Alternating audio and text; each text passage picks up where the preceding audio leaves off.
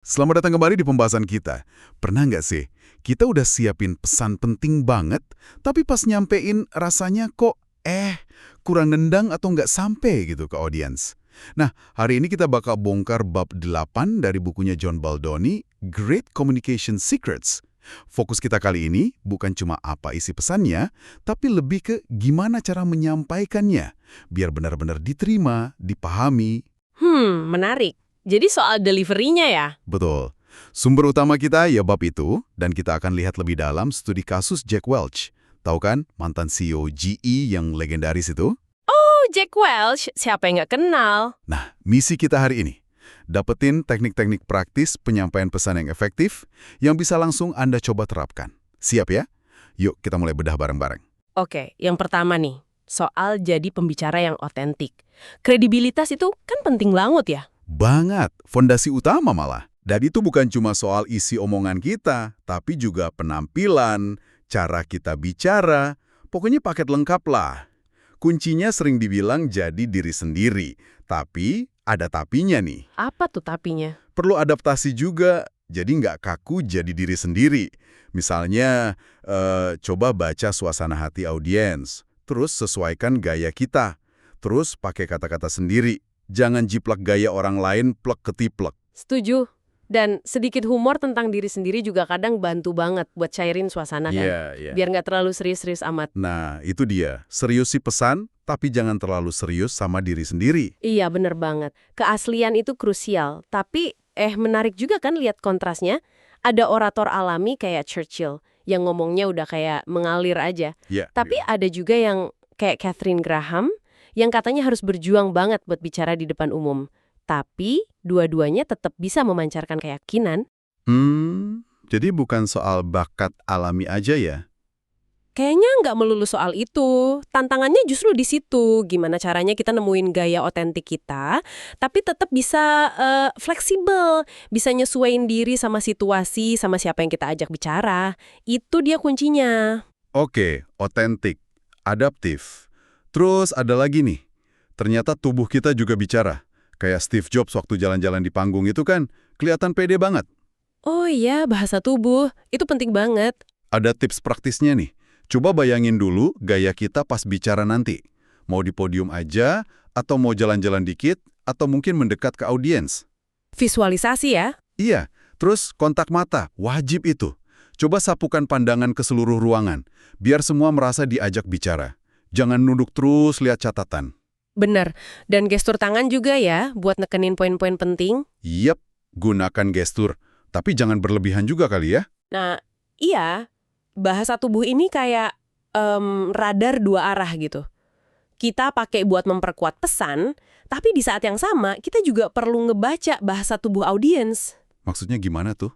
Ya, misalnya, lihat alis mereka naik nggak? Mungkin ada yang mau ditanya, atau nggak setuju. Atau, wah kalau udah mulai lirik-lirik jam tangan, Hati-hati, tanda bahaya ya. iya. Bisa jadi kita mulai kehilangan perhatian mereka. Jadi, ini bukan cuma soal kita gerak-gerak aja, tapi mastiin pesan kita beneran nyambung. Coba deh perhatiin, isyarat nonverbal kita sendiri kadang udah pas belum sama pesan yang mau disampaikan. Oke. Selain otentik dan bahasa tubuh, ada lagi konsep teater komunikasi. Agak unik nih kedengarannya. Maksudnya apa ya? Ini menarik. Jadi, lingkungan dan simbol-simbol di sekitar kita itu juga ikut main peran dalam komunikasi. Contohnya, Misalnya, persiapan ruangannya. Ada banner atau logo perusahaan nggak? Itu kan ngasih kesan tertentu. Terus pakaian yang kita pakai. oh iya, bener juga ya. Pakaian kan bisa ngebangun citra ya. Banget. Pikirin citra apa yang mau dibangun. Bahkan hal yang kelihatannya sepele kayak topi. Ingat nggak bedanya gaya John F. Kennedy sama Michael Dukakis waktu kampanye soal topi? Itu jadi simbolisme. Wah, iya juga ya. Sampai ke topi. Musik pengiring atau latar belakang tempat bicara juga termasuk. Termasuk musik kebangsaan, lagu klub, latar belakang kayak Bill Clinton pidato di Taman Nasional, atau George Bush di sekolah. Semuanya ngirim pesan tersirat. Bahkan jeda hening yang dramatis, itu juga bagian dari teater ini. Jadi, semua elemen kecil ini kalau digabung bisa bikin dampak besar gitu ya? Buat ngebangun ikatan antara pemimpin sama pengikutnya. Detail-detail kecil ini yang seringkali bikin klik, Oke, teorinya udah cukup jelas nih. Sekarang gimana sih ini semua kelihatan di dunia nyata? Apalagi di bawah tekanan tinggi kayak jadi CEO gitu. Nah, kita masuk ke studi kasus klasik yang dibahas di buku, Jack Welch. Jack Welch, CEO GE dari 1981 sampai 2001. Legenda. Dia kan terkenal banget bahwa GE tumbuh pesat, tapi juga dikenal keras ya. Inti kepemimpinannya ada 3. Fokus, eksekusi, dan orang. Dan ketiganya ini, kata Baldoni, butuh satu hal mutlak. Komunikasi tanpa henti. Tepat. Komunikasi tanpa henti. Gimana tuh strategi komunikasinya Welch? Strategi Welch itu ada beberapa poin kunci yang menonjol. Pertama, dia sangat menekankan kesederhanaan. Sederhana. Padahal GE kan kompleks banget ya bisnisnya. Justru itu, fokusnya harus jelas. Dia bagi jadi 3. Hardware itu prioritas bisnisnya. Behavior soal keterbukaan ide, gimana orang berperilaku. Dan work processes, perbaikan cara kerja terus-menerus. Oh, oke. 3 itu aja ya fokus ya? Iya. Ini kelihatan di berbagai inisiatif dia. Mulai dari fase awal yang disebut Neutron Jack, masa perampingan yang cukup agresif. Terus ada workout, program buat gali ide langsung dari karyawan di lapangan, sampai Six Sigma, fokus gede-gedean di peningkatan kualitas. Semuanya simpel tujuannya. Poin kedua apa? Kedua, yaitu tadi, komunikasi tanpa henti. Welch sendiri bilang komunikasi sejati itu butuh waktu tatap muka berjam-jam. Dan ini penting, lebih banyak mendengar daripada bicara. Tujuannya bangun konsensus. Mendengar ya, bukan cuma ngomong. Kinerja, siapa yang bagus, siapa yang kurang, biar semua jelas dan terdorong jadi lebih baik. Katanya ini kunci buat dapetin buy-in dari tim. Cendor ya. Agak keras kedengerannya, tapi mungkin efektif. Terus apa lagi? Keempat, dia sangat menghindari isolasi. Ada kutipannya yang terkenal, kegagalan terbesar CEO adalah menjadi yang terakhir tahu. Wah, dalam banget itu. Gimana cara dia hindari isolasi? Dia punya business soulmates, orang-orang kepercayaan gitu. Dan dia nggak pernah berhenti nanya, terus gali informasi. Kelima, ini juga penting banget, fokus pada orang. Gimana bentuk fokusnya ke orang? Kelihatan dari keterlibatannya langsung di pertemuan penting kayak rapat eksekutif CEC, terus sesi penilaian talenta yang namanya Session C. Di situ dia secara pribadi ninjau talenta-talenta kunci di perusahaan. Bahkan sampai nulis catatan tulisan tangan buat karyawan, dia benar-benar ngaitin pengembangan orang sama strategi bisnis GE. Makanya GE sering disebut Universitas CEO. Keren banget ya. Ada lagi? Ada lagi. Keenam, dia juga nggak menghindar dari menangani kontroversi. Dia sadar persepsi publik itu penting, kayak pas ada isu soal fasilitas pensiunnya. Dia hadapi dan bertindak tegas. Ketujuh, dia punya pandangan sebagai negarawan korporat, soal kompensasi, soal keyakinan jangka panjang pada sistem, dan terakhir, dia juga berani kritik diri. Oh ya?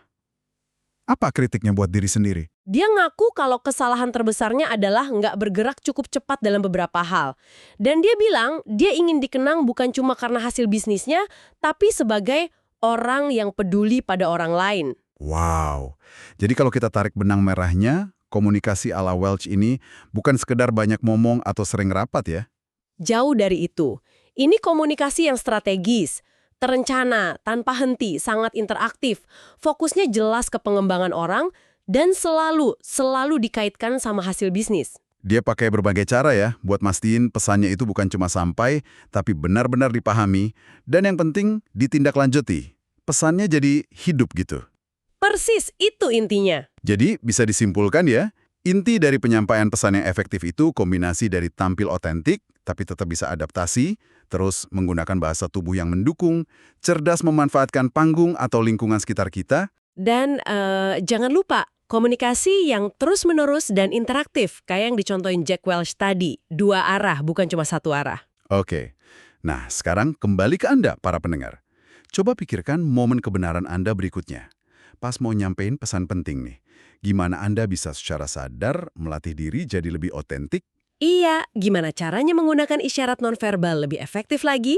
Dan yang paling penting, gimana memastikan pesan Anda itu benar-benar nyambung, terkoneksi, dan akhirnya membekas di benak audiens Anda. Sebagai penutup, yuk kita renungkan lagi kata-kata Welch tadi soal kegagalan terbesarnya. Menjadi yang terakhir tahu. Di zaman sekarang, komunikasi kan banyak banget lewat virtual ya. Tantangannya jadi makin gede buat benar-benar dengar. Pertanyaannya buat kita semua, Bagaimana Anda bisa memastikan Anda benar-benar terhubung dan mendengarkan, bukan cuma sekedar menyiarkan pesan atau ngomong aja, supaya Anda tidak jadi orang terakhir yang tahu apa yang sesungguhnya penting bagi audiens Anda? Pertanyaan bagus buat direnungkan.